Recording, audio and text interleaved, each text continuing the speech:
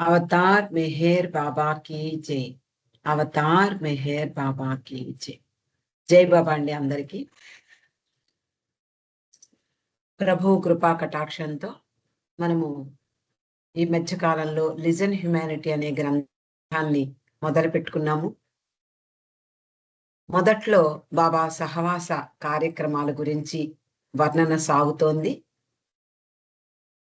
బాబా పిలువగా వచ్చినటువంటి ఆయన సహవాసంలో పాల్గొనేందుకు వచ్చినటువంటి ఆ ప్రేమికులందరి యొక్క మనోభావాలు, అక్కడ జరిగేటటువంటి విషయాలు అనేకం ఈ పుస్తకంలో డాన్ స్టీవెన్స్ మొదట అధ్యాయంగా పొందుపరచడం జరిగింది. వాటిని మనం చదువుకుంటూ ఉన్నాము. గత వారం బాబా తన సహవాసానికి వచ్చినటువంటి తన ప్రేమికులందరికీ కూడా ఏది ప్రధానమైంది, ఏది వదిలేయవలసింది అనేక విషయాలు చెప్తూ ఉన్నారు. బాబా యొక్క కార్యక్రమం సాగాలి అంటే, లేదా ఆయన యొక్క సత్య ప్రేమ సందేశాలను నలుదిశలా వ్యాపింపచేయడానికి అనేక మంది కృషి చేస్తూ ఉంటారు. వాళ్ళల్లో అనేక విభేదాలు కూడా తలెత్తుతూ ఉంటాయి. ఎలా వాటిని పరిష్కరించుకుంటూ ముందుకు సాగాలో, ఎలా వాటిని వదిలిపెట్టాలో ఈ విషయాలన్నీ కూడా బాబా తన సహవాసీయులకు చెప్తూ ఉన్నారు. అందరూ కూడా బాబా ప్రేమికులందరూ కూడా బాబా ప్రేమ వ్యాప్తికి కృషి చేసే వాళ్ళల్లో సగానికి సగం మంది వెనక అడుగు వేస్తూ ఉంటారు. ఎందుకు అంటే, ఏదో ఒక విభేదం రావడం వల్ల, ఇతరులతో వీళ్ళ యొక్క అభిప్రాయాలు కలవకపోవడం వల్ల అనేక సమస్యలు ఎదురవుతూ ఉంటాయి. వాటిని ఎలా పరిష్కరించుకుంటూ ముందుకు సాగాలో బాబా వివరిస్తూ ఉన్నారు. మన శరీరంలో ఏ విధంగా అనేక అవయవాలు, బాహ్యంగా కనిపించే అవయవాలు ఉన్నాయి, లోపల ఉండేటటువంటి అవయవాలు కూడా ఉన్నాయి. బయటికి కనిపించేటటువంటి అవయవాలన్నీ కూడా వాటి స్వభావాలు వేరు, వాటి తీరుతెన్నులు వేరు, అవి పనిచేసే పద్ధతి వేరే. కానీ అన్నీ కూడా ఆ శరీరాన్ని నడిపించడానికి కృషి చేస్తూ ఉంటాయి. అవన్నీ కూడా మనకు అంటే మన కళ్ళు, ముక్కు, చెవులు ఇవన్నీ కూడా మనకు సమానమైనవే. దేనికి బాధ కలిగినా మనము బాధపడుతూ వాటిని పరిష్కరించుకోవాలని, అంటే ఆ సమస్య తీర్చుకోవాలని చికిత్సలు చేయించుకుంటూ ఉంటాం. కాబట్టి ఆకారంలో, పరిమాణంలో తేడాలు ఉన్నప్పటికీ అవన్నీ మనకు సమానమే. అన్నీ ప్రత్యేకంగా పనులు చేస్తూ శరీరానికి ఉపయోగపడుతూ అన్ని అవయవాలు ఒకదానితో ఒకటి అనుసంధానించబడి ఉంటాయి. అలా ప్రతి అవయవము శక్తి మేరకు పనిచేస్తూ అన్నీ కలిసి మొత్తం శరీరం పనిచేయడానికి తోడ్పడుతూ ఉంటాయి. అలాగే ఒక సెంటర్లో పనిచేసేటటువంటి బాబా కార్యకర్తలందరూ కూడా శరీరానికి వివిధ భాగాల వంటి వారు. సత్యము, ప్రేమ వీటి నిమిత్తంగా, అంటే బాబా ప్రేమను, సత్యాన్ని వెల్లడించడానికి కృషి చేసేటటువంటి వాళ్ళ మధ్య తలెత్తిన విభేదాలు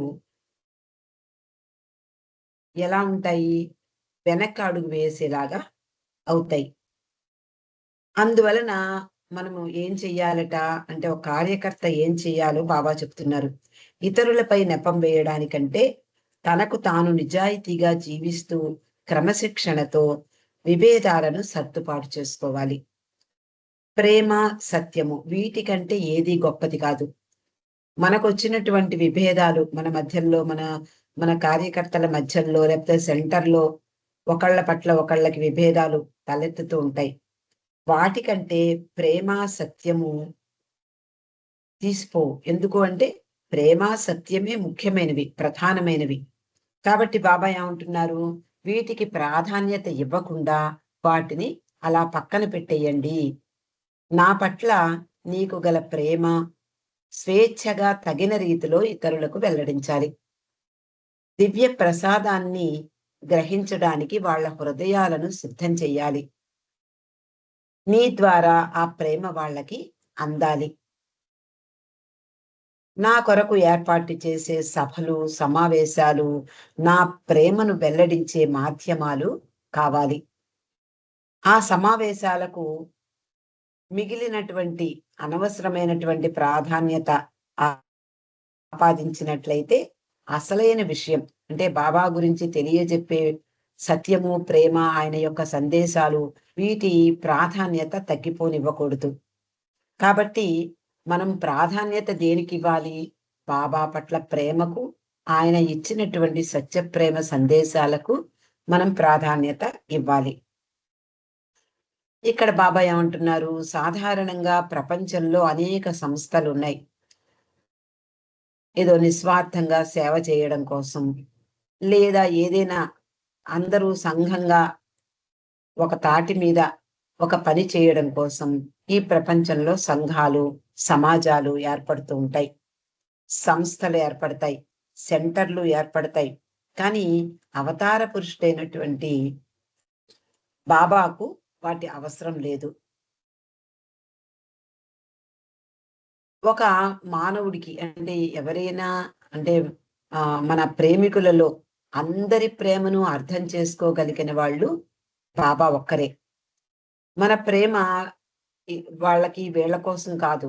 మనము బాబాని ప్రేమిస్తున్నప్పుడు వీళ్ళు, వాళ్ళు మనల్ని గుర్తించారా అనేటటువంటి సంశయాలు రాకూడదు. ఎందుకు అంటే ఇక్కడ బాబా పట్ల ప్రేమ ముఖ్యం. మిగిలిన వారు మెచ్చుకుంటారా, మెచ్చుకోరా, ఇతరులు మెచ్చుకోవడం కోసం కాదు కదా మనం బాబా పట్ల ప్రేమను వ్యక్తం చేసేది.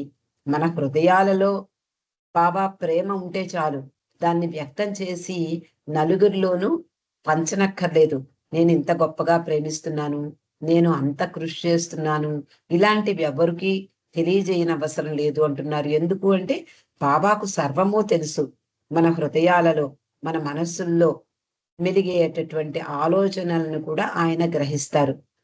కాబట్టి మన ప్రేమ ఎవరికీ తెలియకపోయినా బాబాకు మాత్రం తప్పనిసరిగా తెలుస్తుంది. అటువంటి వాడే కదా భగవంతుడంటే. అయినప్పటికీ ఒక సంస్థ లేదా ఒక సెంటరు అవసరం ఉంటుంది. ఎందుకు అంటే క్రమశిక్షణగా మనం మెలగడానికి ఆ సెంటర్‌కు వెడుతూ ఉంటాము. అక్కడ కార్యకలాపాల్లో పాలు పంచుకుంటూ ఉంటాము. ఏదైనా అవసరం వస్తే సహాయం చేస్తూ ఉంటాము. ఎందుకు అవసరము? బాబా కోసం కాదు సెంటర్‌లన్నీ మన కోసం. మన బాబాను గురించి మరిన్ని విషయాలు తెలుసుకునేందుకు సెంటర్‌లు ఉపయోగపడుతూ ఉంటాయి. కాబట్టి అసలైనటువంటి పని బాబా పట్ల ప్రేమ, ఆయన సత్యప్రేమ సందేశాలను ఇతరులకు తెలియజేయడం కోసం మాత్రమే సెంటర్‌లు కావలసి వస్తాయి.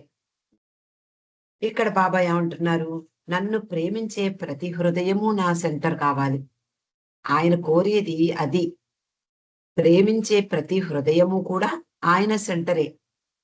ప్రత్యేకంగా ఆయన కోసం సెంటర్‌లు కానీ, లేదా దేవాలయాలు, లేకపోతే ఆలయాలు, గుళ్ళు, గోపురాలు ఇవన్నీ నిర్మించవలసిన అవసరం లేదు. బాబాకు అవన్నీ అవసరం లేదు అని మనందరికీ కూడా వెల్లడించారు.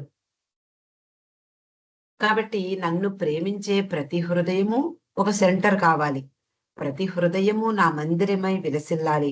ఆ ప్రేమాలయానికి పూజారి నా ప్రేమికుడే కావాలి. అంటే ఒక గుడి, ఒక దేవాలయం ఉంది అంటే అందులో ఒక పూజారి ఉంటాడు. ఎవరైనా భక్తులు వెళ్ళి ఏదైనా భగవంతుడికి సమర్పించినవి ఆయనే ముందు తీసుకుని ఆహ్, మనం సమర్పించిన వాటిని ఆయన అంటే పరోక్షంగా మనము సమర్పిస్తూ ఉంటాం. ఆయన వెళ్లి భగవంతునికి అర్పణ చేస్తూ ఉంటాడు. అది అవసరం లేదు అని బాబా ఎన్నో సార్లు మనకి చెప్పారు. ఎందుకు అంటే భగవంతుడికి, ప్రేమికునికి మధ్య పూజారి వ్యవస్థే అవసరం లేదు అన్నారు. ఎందుకు అంటే మన హృదయంలో నెలకొని ఉన్నటువంటి ఆ పరమాత్మను మనము స్వయంగా అర్చించుకోగలం. స్వయంగా మనం ఆరాధించుకోగలం. స్వయంగా మనం ప్రేమించుకోగలం. ప్రేమకు మధ్యవర్తిత్వం అవసరం లేదు కదా! కాబట్టి ఎవరి హృదయంలో నెలకొని ఉన్నటువంటి ఆ మందిరానికి, భగవంతుని యొక్క మందిరానికి, ఆయన కొలువున్నటువంటి ఆ మందిరానికి ఆ ప్రేమికుడే పూజారవుతాడు. దీనికి ఒక ఉదాహరణ చెప్తున్నారు. బండి ఒక బండి గుర్రపు బండి ఉంది. ఆ బండి ముందు గుర్రాన్ని కట్టి, గుర్రం చేత ఆ బండిని లాగిస్తారు. కానీ గుర్రం ముందు బండిని పెడతారా ఎవరైనా? గుర్రం ముందు బండిని పెడితే అసలైన ప్రధానమైనదేమిటి? గుర్రం. దాని శక్తితోటి ఆ బండి లాగబడుతుంది. కాబట్టి మన హృదయంలో నెలకొని ఉన్నటువంటి భగవంతుడికి మనము పూజారిగా వెనకాతల ఉండాలి. అదే అంటున్నారు.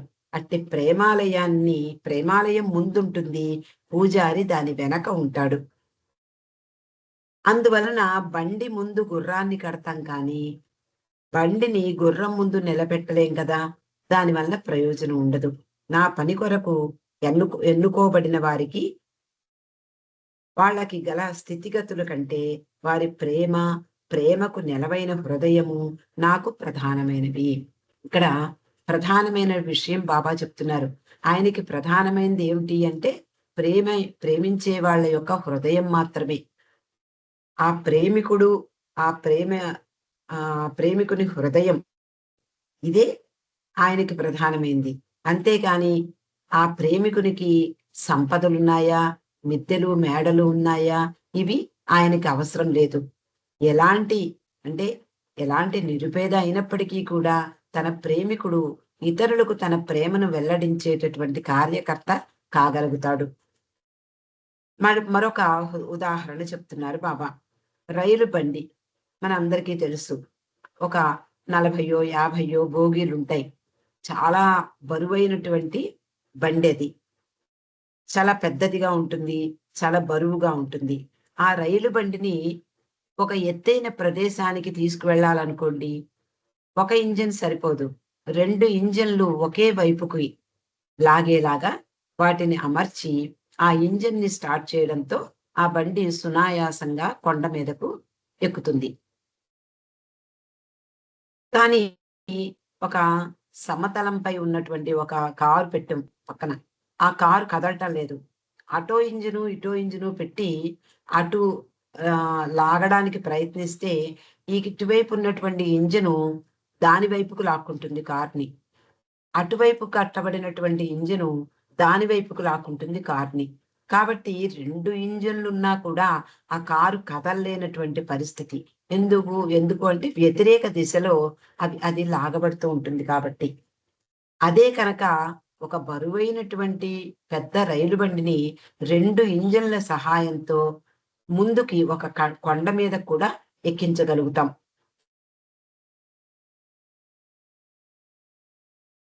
అందువలన బాబా అంటున్నారు, మీరు గతాన్ని గురించి ఆలోచించకండి. అయ్యో! గతంలో నేను ఇంకా ఓపికున్నప్పుడు, లేదా ఇంకా శక్తి ఉన్నప్పుడు బాబా యొక్క ప్రేమ సందేశాలను ఇంకా ఎంతో గొప్పగా చేసి ఉండేవాడిని కదా! అయ్యో! నాకిప్పుడు శక్తి క్షీణించింది. ఇలా అనుకోక్కర్లేదు అంటున్నారు బాబా. ఎందుకు? గతాన్ని గురించి ఆలోచించకండి. ప్రస్తుత కాలాన్ని చక్కగా వినియోగించుకోండి. మీ హృదయాలను నిర్మలంగా ఉంచుకోండి. ఏది ప్రధానము? ఇవేవి కూడా ప్రధానమైనవి కావు. మనము గతం గురించి కానీ, ఆలోచనలు లేదా ప్రస్తుతము ఏదీ ప్రధానం కాదు. మన హృదయం నిర్మలంగా ఉంచుకోవడమే బాబాకు కావాలి. ఈ విశ్వంలోని ప్రతి జీవి పట్ల నాకు గల ప్రేమ గురించి చెప్పడానికి ముందు మీరు ఒకరినొకరు ప్రేమించడం నేర్చుకోండి. ఇప్పుడు మనము బాబాను గురించి చెప్పాలి అంటే, బాబా భగవంతుడు, ఆ పరమాత్ముడే ఈ భూమి మీదకు బాబా రూపంలోకి దైవీ మానవునిగా దిగివచ్చాడు.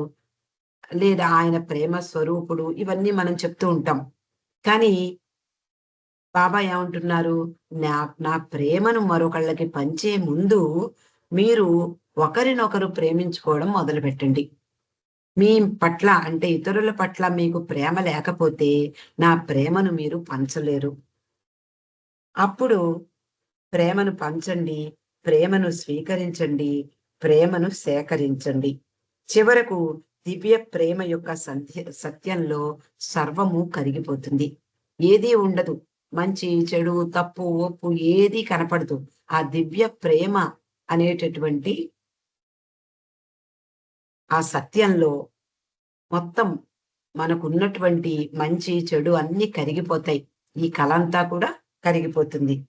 బాబా పట్ల మీకు అవ్యాజమైనటువంటి ప్రేమ, అటువంటి ప్రేమతో నిండిన మీ జీవితం ప్రతి వారికి ప్రేమ సందేశాన్ని అందజేయాలి. ఇది ఒక ప్రేమికుడిగా మన కర్తవ్యం, మన విధి అంటారు బాబా. ఏమిటిట? బాబా పట్ల మనందరికీ కూడా ప్రేమ ఉంది. అలా అటువంటి ప్రేమతో కూడినటువంటి జీవితాన్ని గడిపినప్పుడు అనేక మందికి మనం ప్రేమను అంటే బాబా గురించి చెప్పక్కర్లేకుండానే మన జీవిత విధానం ద్వారా వాళ్ళు ప్రేమ అంటే ఏమిటో వాళ్ళు గలుగుతారు. అందువలన మన జీవితమే ప్రేమ సందేశాన్ని అందజేసే విధంగా తయారవ్వాలి. అలా జీవించాలి ప్రతి ఒక్కరూ అని బాబా అక్కడితో ఆ రోజు ప్రసంగాన్ని ఆపారు. తర్వాత బాబా తన కొరకు ప్రత్యేకంగా నిర్మించబడినటువంటి కుటీరంలోకి వెళ్ళారు. అది ఆ కుటీరం బాబా సొంత పనులకు లేదా కాసేపు విశ్రాంతి కొరకు ఉపయోగపడుతుంది. వెంటనే అంటే బాబా కుటీరంలోకి వెళ్ళారు. వెంటనే సహవాసీయులను ఒక్కొక్కరుగా కానీ, చిన్న చిన్న బృందాలుగా కానీ లోపలికి పిలుస్తూ ఉన్నారు. అంటే బాబా ఎప్పుడూ కూడా ఒక్క క్షణం కూడా వృధా చేసేవారు కాదు. ప్రతి క్షణము అంటే నెక్స్ట్ ఏమిటి? నెక్స్ట్ ఏమిటి? ఈ ప్రోగ్రామ్ అయిపోయిన తర్వాత నెక్స్ట్ ప్రోగ్రామ్ ఏమిటి? ఇలా ప్రతిదాన్ని ఎంతో అలర్ట్‌గా అందరిని అలర్ట్ చేసేవారు. ఎక్కడ ఒక్క నిమిషం కూడా వృధా పోనిచ్చేవారు కాదు. ఆయన తన కుటీరంలోకి వెళ్ళగానే ఈ సహవాసీయుల బృందంగా కానీ, లేదా ఒక్కొక్కరుగా కానీ లోపలకు పిలుస్తూ ఉన్నారు. ఒకళ్ళు వెళ్ళి వచ్చిన తర్వాత మరొకరు, లేదా కొంతమంది వెళ్ళి వచ్చిన తర్వాత మరికొంతమంది ఇలా బాబాతో సమావేశం అవుతూ ఉన్నారు. ఎవరితో ఏ విషయం ప్రస్తావించారో మరొకరికి తెలియదు. అలా మధ్యాహ్నం సమయం వరకు అనేక మందికి ఇంటర్వ్యూలిచ్చారు బాబా. తర్వాత భోజన సమయమైంది. భోజన సమయానికి కొద్ది సమయం మాత్రమే వెచ్చించి మిగిలిన ఆ సమావేశాన్ని బాబా సాయంత్రం వరకు కొనసాగించారు. ఆనాడు మధ్యాహ్న సమయంలో ఎండ వేడి ఎక్కువగా ఉందట. క్రమంగా సాయంకాలం అవుతోంది. సూర్య భగవానుడు పశ్చిమ దిక్కునకు పయనమయ్యాడు. అంతలో బాబా తన మండలి వారితో కలిసి హాల్లోకి వచ్చారు. అంతవరకు బాబా అనేక మందికి అంటే సహవాసీయులు ఆల్మోస్ట్ అందరికీ కూడా ప్రత్యేకంగా సమావేశాలు ఏర్పాటు చేసి ప్రత్యేకంగా ఆయన అందరితో కూడా మాట్లాడడం జరిగింది. తర్వాత బాబా తన మండలి వారితో హాల్లోకి వచ్చారు. చాలా ఎండ వేడి ఎక్కువగా ఉంది ఆ రోజు. బాబా రాకను చూసి చాలా మంది ఉత్సాహంతో కేకలు వేశారు. అలా మిగిలిన వాళ్ళందరికీ కూడా బాబా వచ్చారనే సంగతి తెలిసింది. అందరూ కూడా హాల్లోకి వచ్చారు. ప్రతి నెల ఆ రోజు అంటే 12వ తేదీ ధునిని వెలిగిస్తారు. వివిధ మతాలలో కూడా ఈ అగ్ని కార్యం అనేది జరుగుతూ ఉంటుంది. మనం ముఖ్యంగా హిందూ మతంలో కూడా అగ్నిని వ్రేల్చడం జరుగుతూ ఉండేది.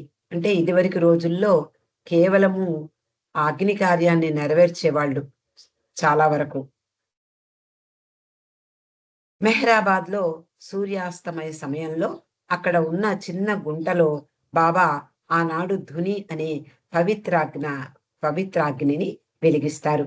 సహవాసీయులందరూ వారికి వదలడానికి ఇష్టమైన ఒక బంధాన్ని గాని, ఒక స్వభావాన్ని గాని, వారికి గల ఒక లక్షణాన్ని గాని ఆ ధునిలో సమిధను వేయడం ద్వారా వదిలిపెట్టాలి అని ముందే బాబా సూచించారు.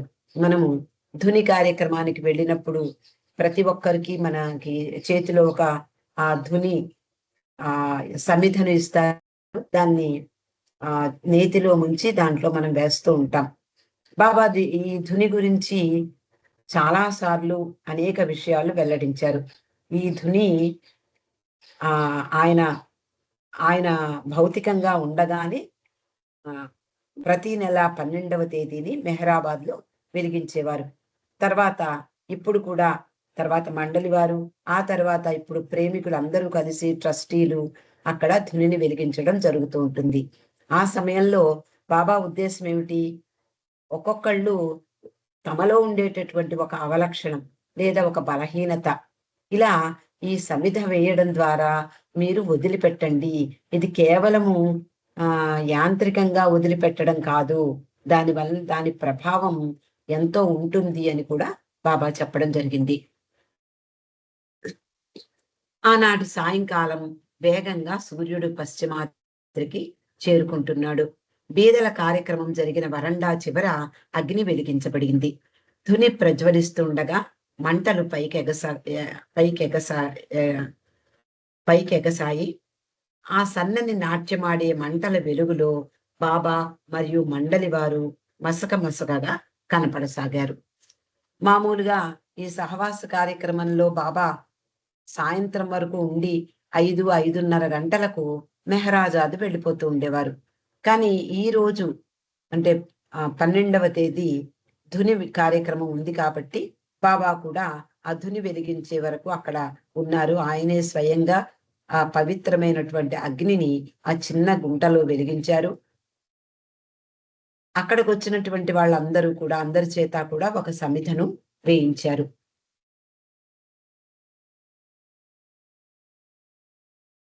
చీకటి పడ్డాక కూడా బాబాను, బాబా మండలి వారిని సహవాసీలందరూ కూడా చూశారు. బాబా సూర్యాస్తమానం అయ్యాక మెహ్రాబాద్‌లో తన సహవాసీయులకు కనిపించడం ఇదే తొలిసారి. చీకటి చిక్కబడింది. ఆ రాత్రి ఉష్ణోగ్రత పెరిగింది. ఆ వాతావరణంలో వేడి చుట్టూ అలుముకోసాగింది. ధుని వెలుగుతోంది. దానికి సమీపంలోనే బాబా కూర్చున్నారు. ఒకవైపున సహవాసీలందరూ వరుసలో నిలబడి ఉన్నారు. వరుసలో కదులుతూ వస్తున్నటువంటి ప్రతి ఒక్కరికి ఇరిచి ఒక సమిధను అందిస్తూ ఉన్నాడు. బాబా వారిని తన చేత్తో తట్టడమో లేక తన ఆలింగన భాగ్యాన్ని ఇవ్వడమో చేస్తూ ఉన్నారు. తర్వాత వారి చేతిలోని సమిధను అగ్నిలో వేసి ముందుకు కదులుతూ ఉన్నారు. ఆనాటి అద్భుతమైన ఆ కార్యక్రమం అతి నిరాడంబరంగా సాగుతోంది. ఎప్పుడు కూడా బాబా చేసే పనికి ఆర్భాటం అనేది చేసేవారు కాదు. మౌనంగా ఆయన తన పనిని మౌనంగానే చేస్తూ ఉంటారు. అలాగే ఆ సహవాసానికి వచ్చినటువంటి విదేశీయులు కూడా ఉన్నారు. వాళ్ళందరూ కూడా వరసలో నిలబడ్డారు. వాళ్ళందరూ ఆశ్చర్యపోతున్నారు. ఎప్పుడూ ఇలాంటి ఆహ్, ప్రత్యేకమైనటువంటి ఈ సహవాస కార్యక్రమాలు, అసలు ఆ సహవాసంలో బాబా చెప్పేటటువంటి అనేక ప్రవచనాలు కానివ్వండి, లేదా బాబా ఆహ్, తన వారితో ప్రేమికులతో ఆటలాడడము, ఆహ్, ఉత్సాహంగా ప్రతి విషయాన్ని కూడా తరచి అడగడము, ఇవన్నీ కూడా వాళ్ళకి కొత్తగా ఉన్నాయి. కాబట్టి వాళ్ళందరూ కూడా ఆశ్చర్యంగా ప్రతి విషయాన్ని ఆశ్చర్యంగా వాళ్ళు చూస్తూ ఉన్నారు. వాళ్ళందరూ కూడా ముందుకు కదులుతూ ఈ ధునిలో ఒక సమిధను వేయడానికి వస్తూ ఉన్నారు. అలాగే మండలి వారు కూడా లైన్‌లో నిలబడ్డారు. అందరూ ఆశ్చర్యపోతూ చూస్తున్నారు. ముఖ్యంగా విదేశీయులు. వాళ్ళు ఇంతకుముందు బాబాతో కలిసి వాళ్ళు అగ్నిని వ్రేల్చారు కదా! ఈ ధుని వెలిగించడంలో వాళ్ళు కూడా అనేక సార్లు పాల్గొన్నారు కదా! మళ్ళీ వరుసలో నిలబడ్డం ఏమిటి అని ఆశ్చర్యపోతూ చూస్తున్నారట. అలా ఈ విదేశీయులందరూ కూడా ఒకళ్ళ తర్వాత ఒకళ్ళుగా ధునిలో సమిధ వేయడానికి వాళ్ళల్లో ఉండే దురలవాట్లు, మనలో ఏమున్నాయి బలహీనతలు, దీన్ని వదిలిపెడదామా? దాన్ని వదిలిపెడదామా? ఇలా వాళ్ళల్లో వాళ్ళు తర్జన భర్జనలు చేస్తూ మొత్తానికి ఎలాగైతేనే బాబా దగ్గరకు చేరుకుంటూ ఉన్నారు. ఇరిచి ఒక సమిధను అందించినప్పుడు దాన్ని వాళ్ళు ఆ అగ్నిలో వేశారు. ఇరిచి ఆ వ్యక్తికి సమిధను అందిస్తూ అతని వైపు చూసి గుర్తుపట్టాడు. వాళ్ళిరువురు ఒకరినొకరు చూసుకుని చిరునవ్వు చిందించారు. అతడు 2 అడుగులు ముందుకు వేశాడు. అంతే, మరుక్షణంలో తాను బాబా మృదువైన కౌగిలిలో ఒదిగిపోయాడు. వాత్సల్యంతో, కరుణతో కూడిన బాబా కౌగిలి ఎంతో అపురూపమైంది, అసామాన్యమైనది. ఇటు తిరిగి తన చేతిలోని సమిధను మండుతున్న అగ్నిలో వేశాడు. తర్వాత అతడు తిరిగి ఇంటికి వెళ్ళిపోయాడు. కానీ భగవంతుడు, దైవీ మానవుడైన బాబా ఆ విషయాన్ని మరువలేదు. అతడు సమితగా వేసిన ఆ చిన్న కర్ర ముక్క నుండి వెలువడిన పొగ ప్రపంచంలో సగభాగాన్ని కమ్మివేసింది. అంటే ఇదంతా కూడా డాన్ స్టీవెన్స్ ఆనాటి కార్యక్రమాన్ని వివరిస్తున్నాడు, వర్ణిస్తూ ఉన్నాడు. ఒక వారం తర్వాత అతడు ఇంటికి చేరుకున్న ఆ వ్యక్తికి విపత్కరమైనటువంటి పరిస్థితులు ఎదురయ్యాయి. అతడు చేసిన ప్రతి విషయాన్ని ఎత్తి చూపుతూ అతని కుటుంబంలోని వారంతా అతనిపై మండిపడసాగారు. అంతేకాక అతనికి తెలియని విషయాలపై కూడా అందరూ అతనిని దూషిస్తూ ఉన్నారు. వారందరి కోపాగ్ని చల్లార్చే ప్రయత్నంలో చాలా రోజులు గడిచిపోయాయి. హఠాత్తుగా ఒకరోజు అతనికి ధుని గురించి ఆలోచన వచ్చింది. బాబా ప్రేమతో కూడిన ఆలింగనం ఎంత గొప్పగా ఉంది అని అతడు భావించాడు. అలా అతడు ఆ రోజు ధుని గురించినటువంటి ఆలోచనలతో కొన్ని వారాల పాటు గడిపాడు. ఆ సమయంలో బాబా ప్రేమ, ఆయన చూపించిన వాత్సల్యం, అండగా నిలిచినందుకు నేను నా మనసు చలించకుండా ఉంది. ఇంతమంది అంటే తన కుటుంబ సభ్యులు అందరూ కూడా తన చుట్టూ తిరిగినా ఏమాత్రము చలించకుండా ఉన్నాను అంటే బాబా ప్రేమ, ఆయన చూపించిన వాత్సల్యమే కారణము అని అనుకుంటూ ఉన్నాడు. క్రమంగా లేచి ఎగిసి పడినటువంటి ధుని జ్వాలలు నెమ్మదించాయి. నీలిరంగు కారు శరవేగంతో అహమ్మద్‌నగర్ దాటి పింపల్గావ్ వైపు బయలుదేరింది. అంటే బాబా ఆ ధుని ప్రజ్వలన తర్వాత తన కారులో మెహరాజాద్‌కి పయనమయ్యారు. సహవాసీలందరూ కూడా రాత్రి నిద్రకు ఉపక్రమించారు. భారతదేశంలో భారతదేశమంతా కూడా చిక్కని చీకటి అలుముకుంది. అదంతా కూడా ప్రశాంతంగా ఉందట మెహరాబాద్. ఎక్కడ ఏమాత్రము శబ్దం లేకుండా అంతా నిశ్శబ్దం. అంతటా నిశ్చలత. గాలికి కదలాడే ఆకులు, జొన్న కంకులు కూడా కదలడం లేదట. నిద్రకు ఉపక్రమించిన సహవాసీయులు కూడా ఎంతో ప్రశాంతంగా నిద్రపోతూ ఉన్నారు. ఆనాటి పగటి సమయమంతా కూడా అనేక కార్యక్రమాల్లో పాల్గొన్నారు అందరూ కూడా. బాబా కూడా ఉదయం నుండి అందరికీ ప్రత్యేకంగా సమావేశాలు ఏర్పాటు చేశారు. ప్రతి ఒక్కరితోటి ఆయన తన ప్రేమను వెల్లడించారు. ప్రతి ఒక్కరి ప్రేమను స్వీకరించారు. అలా మధ్యాహ్నం అంతా కూడా గడిచిపోయింది. చివరకు సాయంత్రం సూర్యాస్తమానం అయ్యాక ఆ ధుని ప్రజ్వలన సాగింది. అందరూ కూడా ఆ ధునిలో కూడా పాల్గొన్నారు. అలా ఆ పగటి సమయమంతా సాగిపోయింది. తర్వాత రాత్రి అయిపోయింది. అందరూ కూడా నిద్రకు ఉపక్రమించారు.